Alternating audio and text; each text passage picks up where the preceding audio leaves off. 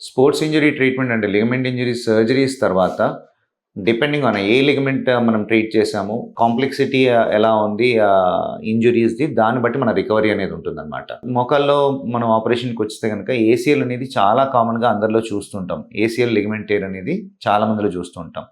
ఈ ఏసీఎల్ టేర్‌తో పాటు చుట్టుపక్కల ఉన్న మెనిస్కస్‌లో టేర్ ఏమైనా ఉందా? వేరే అదర్ లిగమెంట్స్‌లో ఇంజరీ ఉందా? దాన్ని బట్టి మన రికవరీ అనేది ఉంటుందన్నమాట. ప్రతి సర్జరీకి ప్రోటోకాల్ అనేది ఉంటుంది. సర్జరీ తర్వాత ఎంత బరువు పెట్టొచ్చు, ఎంత ఫోల్డింగ్ చేయొచ్చు నీ జాయింట్ అయితే గనక. సో, ఎన్ని రోజులకి కంప్లీట్‌గా బరువు పెట్టాలి అండ్ ఎక్సర్‌సైజెస్. ఫస్ట్ ఇనీషియల్ ఫేజ్‌లో ఫస్ట్ 2, 3 వీక్స్‌లో కొన్ని రకాల ఎక్సర్‌సైజెస్ ఉంటాయి. ఆ తర్వాత స్ట్రెంథెనింగ్ ఎక్సర్‌సైజెస్. ఎప్పుడైతే మనం కంప్లీట్‌గా నడవడం స్టార్ట్ చేసామో అన్న తర్వాత స్ట్రెంథెనింగ్ ఎక్సర్‌సైజెస్ అనేది చాలా చాలా ఇంపార్టెంట్ అనమాట. రీహాబిలిటేషన్ అంటాం ఫిజియోథెరపీ.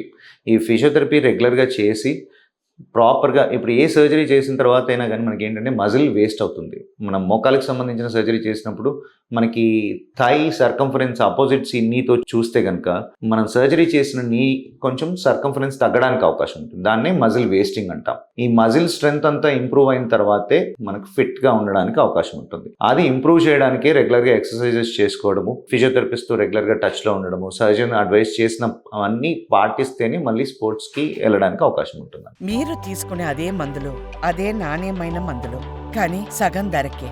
అవును, మెడ్ ప్లస్ బ్రాండ్స్ పై 50-80% తగ్గింపు.